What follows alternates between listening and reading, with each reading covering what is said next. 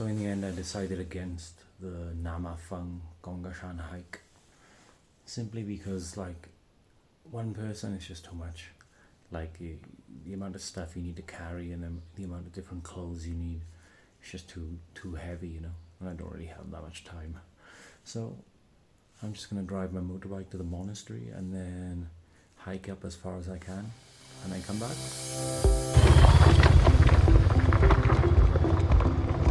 Take your motorbike, they said. It'll be easy. Yeah, of course it will. I'm not joking. The boss in the hotel is like, yeah, you can take your motorbike to the monastery. And halfway through the road, it's like a hard enduro track, man. Just drove my motorbike up the Gonga Monastery. What the hell, like? Scenery up here is just insane. I think I'm at about 4,200 meters at the moment, and today I'm gonna hike up there. Okay, so I'm starting my trek around 7:15. I'm gonna hike for around 4 hours, see how far I can get, and then turn back around. The path is a little more difficult than I thought. Seems to be a running theme with this trip. I'm 3 minutes in, and already I'm one item of clothing down. Yeah, this place is cool.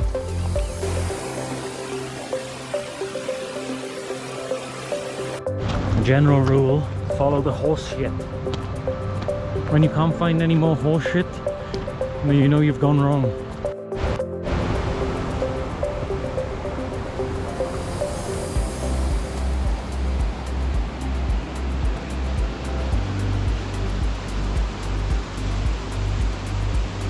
That's where I started, Gonga Monastery. Okay, now I'm a little lost. Can't really see a way across the river. So a bit of bad news. I decided not to try and cross that river because apparently in the afternoon it's due more rain, and if it rained even heavier then I wouldn't be able to get back across and then I'm stuck on the mountain. Yeah, so I'm just heading back to the motorbike and I'm gonna try and do some enduro this afternoon. These lazy bastards here to take the fucking horse.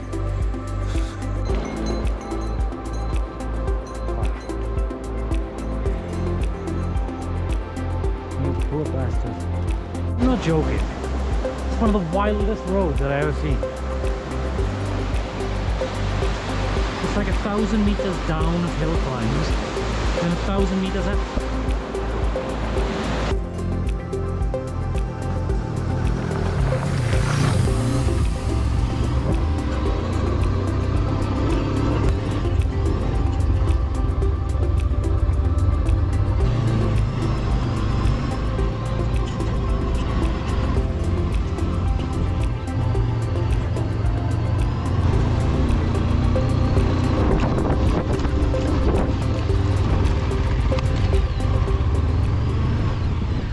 Crazy to think that today I was there.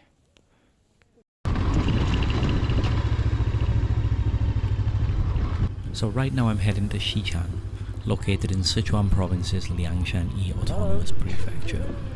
It's known for its unique mix of natural beauty, vibrant E-minority culture and technological significance, as well as China's prominent satellite launch sites. Right now I'm travelling from ZiMei, and the journey to Xichang offers stunning diverse scenery as you move from the highlands into lower warmer regions. You will see lots of wildlife on the road, dramatic gorges, mist-covered forests and scenic valleys. Once you reach Xichang, you're greeted by its subtropical climate with lush greenery and year-round mild weather. The city's Qionghai Lake is a centrepiece for locals and visitors alike, offering peaceful waterside views and outdoor activities.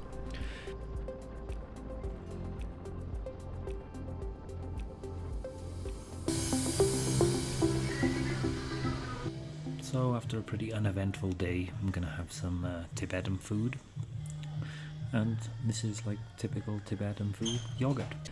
Xichang is deeply rooted in E-minority traditions, celebrated each summer through the Torch Festival. This lively festival draws crowd for traditional dances, bonfires and street festivals. Adding to its appeal, Xichang also plays a role in China's space exploration efforts, housing the Xichang Satellite Launch Center. I took a break on the bike. I just done about 100 kilometers this morning to stop by this little town. Massive difference in like quality of the houses in the last 20 kilometers or so.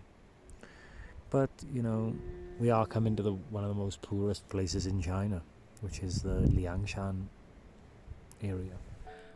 Blending cultural richness with scientific innovation, Xichang offers an unforgettable experience for those willing to explore its roads less traveled.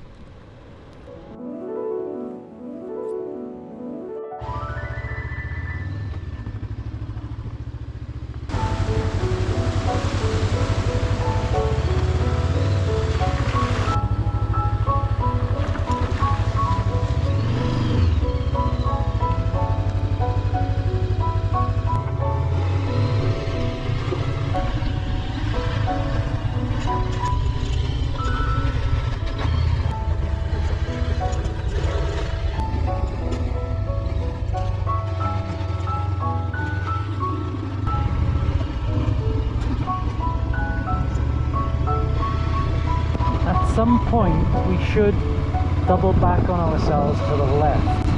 That's the only thing I can see on the map. For some reason my GPS has stopped working. So if that doesn't happen in a little while, then I'm going to turn back because I don't know it.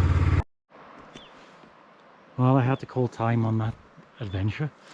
There's like massive cliffs and the road is not really that good.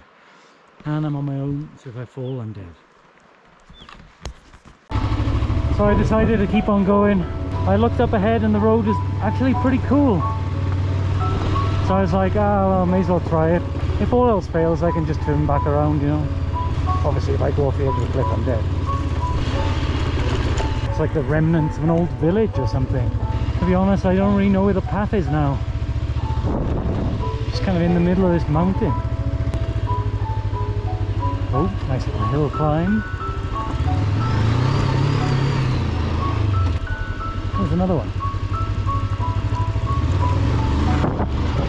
Whoa! Okay, so this path should bank around to the left at some point. Fingers crossed.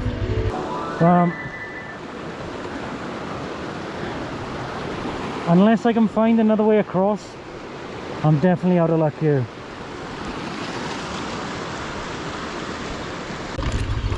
So I found a lot of different ways over the river, but they all were a bit too risky, you know. So I'm on my way back, just to give you an idea of the danger of here. That edge is like a 500-meter drop.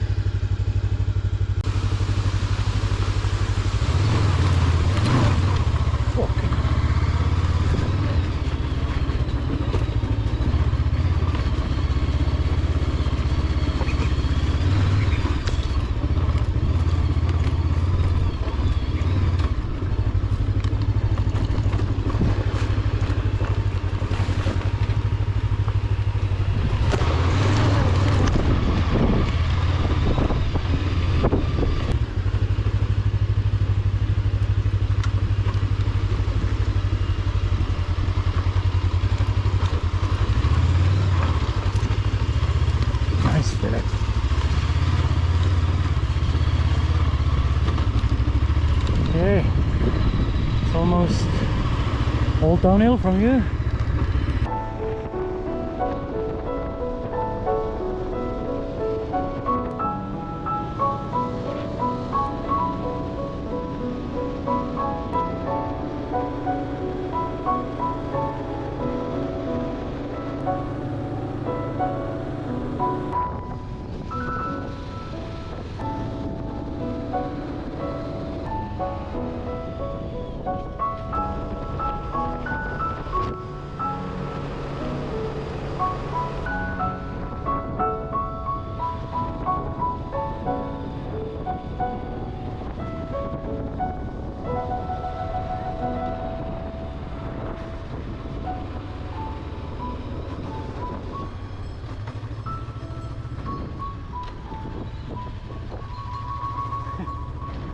that massive sunlight.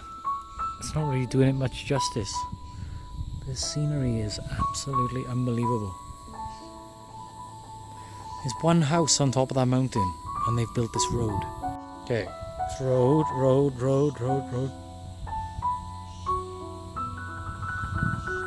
One fucking house. Oh, I'm kind of down in the valley now.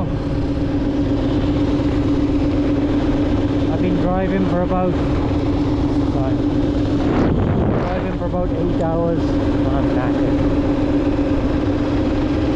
I still have around 3 hours left.